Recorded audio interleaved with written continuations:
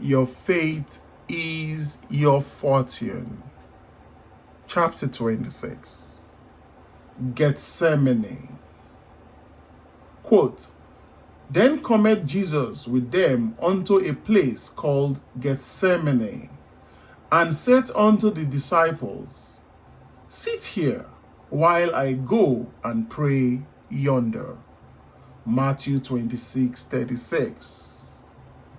A most wonderful mystical romance is told in the story of Jesus in the Garden of Gethsemane. But man has failed to see the light of its symbology and has mistakenly interpreted this mystical union as an agonizing experience in which Jesus pleaded in vain with his Father to change his destiny. Gethsemane is, to the mystic, the garden of creation, the place in consciousness where man goes to realize his defined objectives. Gethsemane is a compound word meaning to press out an oily substance. Get, G-E-T-H, means to press out, and shemen, an oily substance. The story of Gethsemane reveals to the mystic, in dramatic symbology, the act of creation. Just as man contains within himself an oily substance, which, in the act of creation, is pressed out into a likeness of himself, so he has within himself a divine principle, that is, his consciousness, which conditions itself as a state of consciousness and without assistance presses out or objectifies itself. A garden is a cultivated piece of ground, a specially prepared field where seeds of the gardener's own choice are planted and cultivated. Gethsemane is such a garden, the place in consciousness where the mystic goes with his properly defined objectives. This garden is entered when man takes his attention from the world round about him and places it on his objectives. Man's clarified desires are seeds containing the power and plans of self-expression, and, like the seeds within man, these too are buried within an oily substance, that is, a joyful, thankful attitude of mind. As man contemplates being and possessing that which he desires to be and to possess, he has begun the process of pressing out, or the spiritual act of creation. These seeds are pressed out and planted when man loses himself in a wild, mad state of joy, consciously feeling and claiming himself to be that which he formerly desired to be. Desires expressed or pressed out result in the passing of that particular state or desire. Desires expressed or pressed out result in the passing of that particular desire. Man cannot possess a thing and still desire to possess it at one and the same time. So, as one consciously appropriates the feeling of being the thing desired, this desire to be the thing passes, is realized. The receptive attitude of mind, feeling and receiving the impression of being the thing desired, is the fertile ground or womb which receives the seed or defined objective. The seed which is pressed out of a man grows into the likeness of the man from whom it was pressed.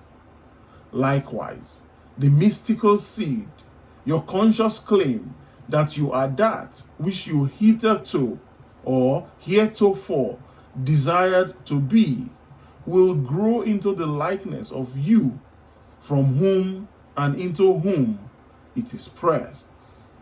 Yes, Gethsemane is the cultivated garden of romance where the disciplined man goes to press seeds of joy, that is, defined desires, out of himself into his receptive attitude of mind, there to care for and nurture them by consciously walking in the joy of being all that formerly he desired to be. Feel with the great gardener the secret thrill of knowing that things and qualities not now seen will be seen as soon as these conscious impressions grow and ripen to maturity. Your consciousness is Lord and husband. Isaiah 54 verse 5. The conscious state in which you dwell is wife or beloved. The state made visible is your son, bearing witness of you, his father and mother. For your visible world is made in the image and likeness of you. Genesis 2:26. That is, the visible world is made in the image and likeness of the state of consciousness in which you live. Your world and the fullness thereof are nothing more or less than your defined consciousness, objectified. Knowing this to be true, see to it that you choose well the mother of your children, that conscious state in which you live, your conception of yourself. The wise man chooses his wife with great discretion. He realizes that his children must inherit the qualities of their parents, and so he devotes much time and care to the selection of their mother. The mystic knows that the conscious state in which he lives is the choice that he has made of a wife, the mother of his children, that this state must in time embody itself within his world. So he is ever selective in his choice and always claims himself to be his highest ideal.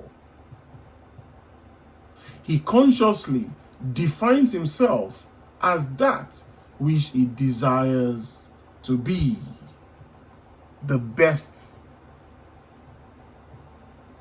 When man realizes that the conscious state in which he lives is the choice that he has made of a mate, he will be more careful of his moods and feelings. He will not permit himself to react to suggestions of fear, lack, or any undesirable impression. Such suggestions of lack could never pass the watch of the disciplined mind of the mystic, for he knows that every conscious claim must in time be expressed as a condition in his world, that is, of his environment. So, he remains faithful to his beloved, his defined objective, by defining and claiming and feeling himself to be that which he desires to express. Let a man ask himself if his defined objective will be a thing of joy and beauty if it were realized. If his answer is in the affirmative, that is yes, then he may know that his choice of a bride is a princess of Israel, a daughter of Judah. For every defined objective which expresses joy when realized is a daughter of Judah, the King of praise.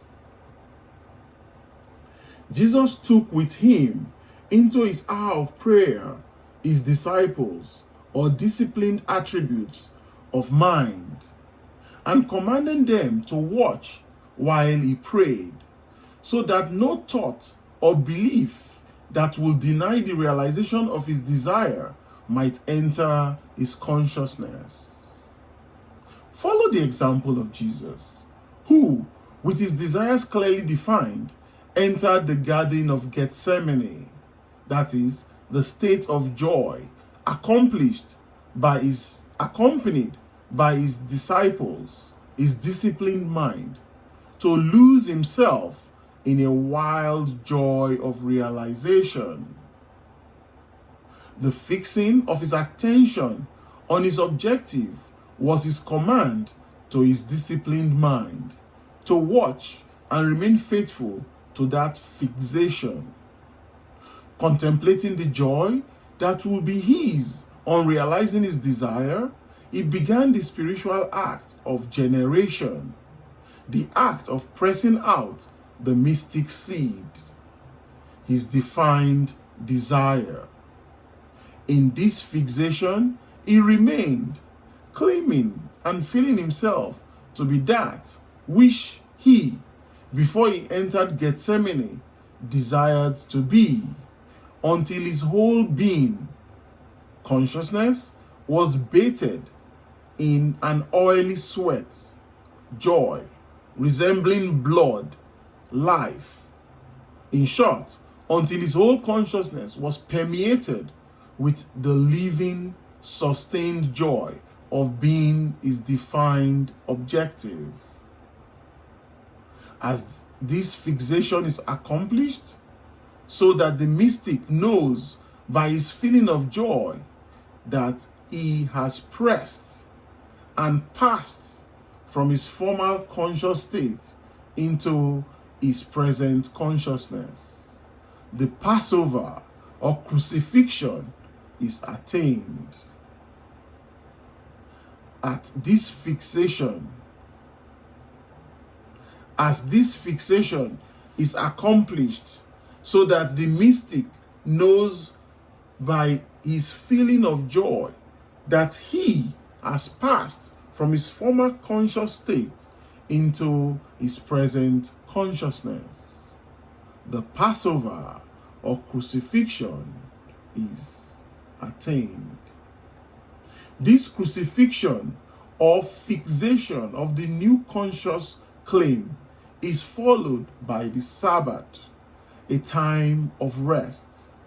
There is always an interval of time between the impression and its expression, between the conscious claim and its embodiment. This interval is called the Sabbath, the period of rest or non-effort, the day of entombment. To walk unmoved in the consciousness of being or possessing a certain state is to keep the Sabbath. To walk unmoved in the consciousness of being or possessing a certain state is to keep the Sabbath. The story of the crucifixion beautifully expresses the mystical stillness or rest. We are told that after Jesus cried out, quote, "It is finished," end quote, John 19:30, he was placed in a tomb. There, he remained for the entire Sabbath. When the new state or consciousness is appropriated, so you feel by this appropriation fixed and secured in the knowledge that it is finished, then you too will cry out, quote, "It is finished," and will enter the tomb or Sabbath, an interval of time in which you will walk unmoved in the conviction that your new consciousness must be resurrected, that is, made visible. Easter, the day of resurrection, falls on the first Sunday after the full moon in Aries. The mystical reason for this is simple. A defined area will not precipitate itself in the form of rain until this area reaches the point of saturation. Just so, the state in which you dwell will not express itself until the whole is permeated with the consciousness that it is so, it is finished. Your defined objective is the imaginary state, just as the equator is the imaginary line across which the sun must cross to mark the beginning of spring. This state, like the moon, has no light or life of itself, but will reflect the light of consciousness or sun. Quote, "I am the light of the world," Matthew 5:14, John 8:12, John 9:5, John 12:46. "I am the resurrection and the life," John 11:25. As Easter is determined by the full moon in Aries, so too is the resurrection of your conscious claim determined by the full consciousness of your claim, by actually living as this new conception. Most men fail to resurrect their objectives because they fail to remain faithful to their newly defined state until this fullness is attained. If man will bear in mind the fact that there can be no Easter or day of resurrection until after the full moon, he would realize that the state into which he has consciously passed will be expressed or resurrected only after he has remained within the state of being his defined objective, until his whole self thrills with the feeling of actually being his conscious claim, in consciously living in this state of being it. And only in this way will man ever resurrect or realize his desire. End of chapter.